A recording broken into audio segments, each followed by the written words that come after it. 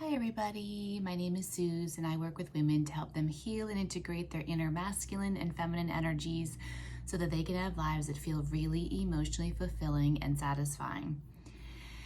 It's getting cold out there where I live. It's cold. It's definitely a fall chilly day today, so it's blankie and sweater weather for me for sure. I hope everyone is doing well. Happy Saturday, at least it's Saturday for me at the time of this recording. Today I want to talk about the masculine mirror because I've noticed in working with women and working with the masculine feminine energies that there really is, particularly now with all of this feminine empowerment and women really coming into this strong sense of self-worth and what we really want and how we want our relationships to feel. There's a lot of expectations. That's a dangerous word. It's a loaded word, and I'm not going to go down into all of that right now. But there's a lot of expectations and a lot of emphasis put on men and masculine energy and what they're supposed to do in a healthy dynamic as a healthy, non-toxic masculine partner in partnership with a feminine. And I don't think that there is enough emphasis out there on the two-way street of the feminine masculine conversation. And there's too much focus on these expectations, again, of what men or masculines are supposed to be doing. And we're not really seeing the full impact of this awareness of what we want in partnership and what we want as healthy, as what we feel is healthy relationship dynamics as a feminine with a masculine partner. And again, the whole point of this video is to, again, reiterate and give really concrete evidence to the fact that it is an internal masculine and feminine thing in me, in you. It is a responsibility of me to heal and integrate, collaborate together my own inner masculine and feminine energies, and then from there manifest out into my physical reality and have an external reality that aligns with my internal state of being. And so if we're always focusing externally on the man, on the masculine, we're giving away some of our power of sovereignty, of self-sufficiency. And again, there's a very fine line there too. I'm not saying that we are to be totally independent from our partners. Of course, there's an interdependence that really should be there that creates that intimacy between partners in a partnership, in a connection. But we're missing some of our own power if we're always looking at the men and the masculine. So to put this into concrete, simple language and terms and way of thinking here, think of it this way. Do you maybe look at men outside of you or your masculine partner if you're already in one now? And do you maybe expect or wish or desire, secretly desire, that maybe he would check in? Or maybe you're thinking of a partnership that you don't currently have and you want one in the future, and you're thinking about what you would want a partnership, a connection to look like.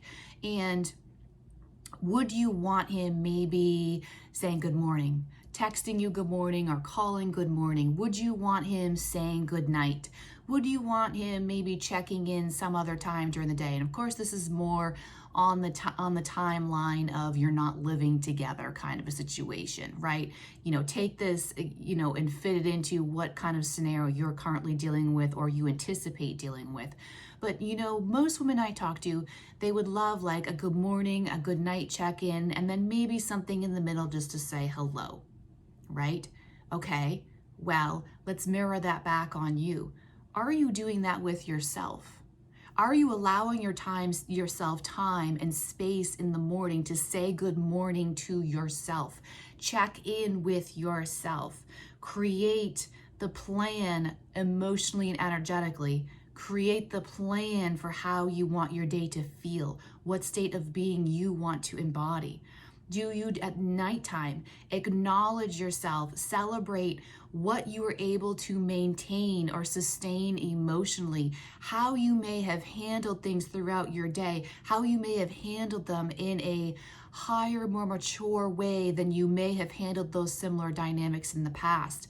Are you grateful for things that you did accomplish in your day? Are you grateful for the food you were able to eat, or how your body carried you through your day, how your mind, your mental strength really provided clarity and focus at work, whatever it may be?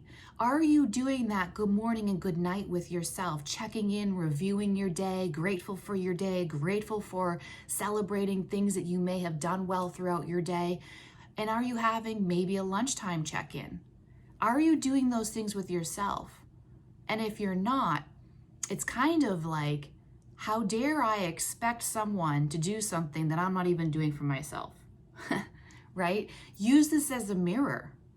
You know, if you want to be in partnership with someone and feel cherished, I hear that word, cherished or treasured. You want to feel treasured or cherished by the man you are with.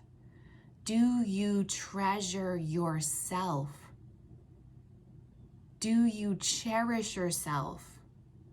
Or are you constantly so involved with helping everyone else out or trying to make things out there happen in your world that you're not even treasuring or cherishing yourself?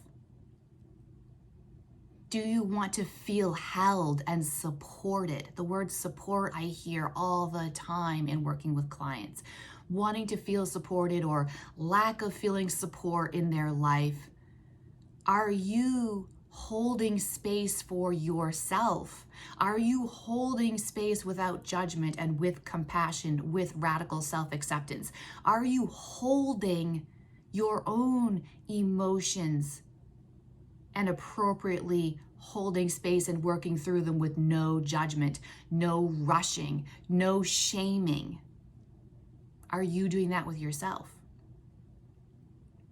What are your expectations, or what do you think a healthy masculine partner would do towards you?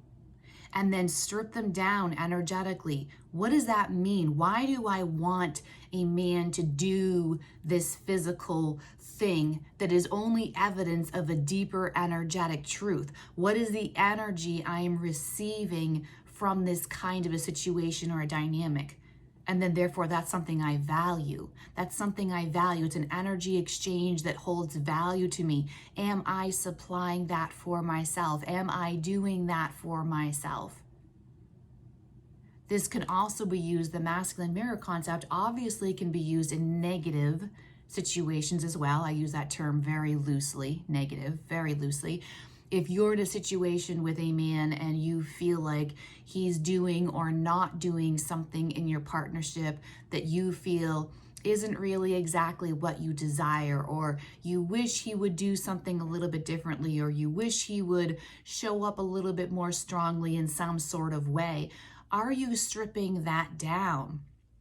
Energetically, if he did change this thing, if he did show up in this other place, why do I think that's better? Why do I think that's somehow a more positive aspect? What's the energy there? What's the emotional quality that I would feel if he were doing that? And then recognizing that's something that I value. And again, am I creating that environment for myself? Am I surrounding myself energetically with that energy, with that emotion, with those feelings? The masculine mirror is really powerful because this is medicine. I'm going to do a video on this later about that very thought, that masculine energy is medicine. But too often it is misunderstood, misconstrued, and distorted. The perception of the feminine on it is distorted.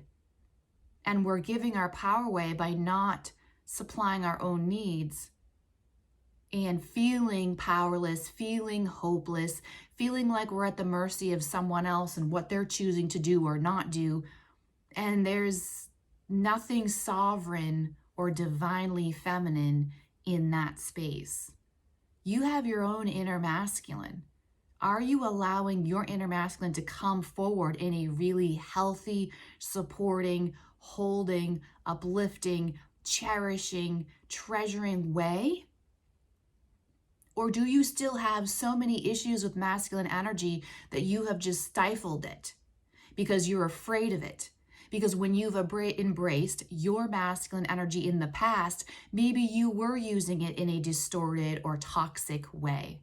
Maybe you were using it to shame you, to keep you small. Maybe you were using it to completely lead to burnout and to ignoring your feelings, ignoring your intuition, ignoring the call of your heart and your soul. So now maybe you have some fear and resentment and anger and bitterness and negative feelings towards masculine energy. So if you're in that space, you're not going to be able to perceive a man and his masculinity in a healthy way, and you will perceive it in a distorted way. This is a big, big issue in the feminine collective. So back to the idea of that masculine mirror. If you see anything outside of you that you don't like with the masculine that you may be involved in, what is that showing you about what you do and don't want internally, energetically? 1111 I just saw. It's never what it looks like on the surface. The truth of the heart of the matter is energy and the energetics exchange that you are feeling and responding to at a soul level. I call that the thing behind the thing. It's never the thing. It's the thing behind the thing. It's never the obvious thing. It's the subtle thing behind the thing where radical change and transformation, alignment, satisfaction, and fulfillment lie. It's never in the superficial physical thing. Are you using masculine at the masculine mirror to take responsibility for taking care of yourself, for finding the things and knowing yourself of what does bring you emotional fulfillment and satisfaction, and then first putting yourself in the hot seat of responsibility and making sure that I am internally with myself using my own masculine and feminine energies to create an internal environment of the peace and the bliss and the calm and the happiness, the fulfillment and the satisfaction. If you found value in this video, please do subscribe to my channel to help support my message, get my message out to others who it would really impact their lives as well. Thank you so much for being here, and I'll see you guys on the next video.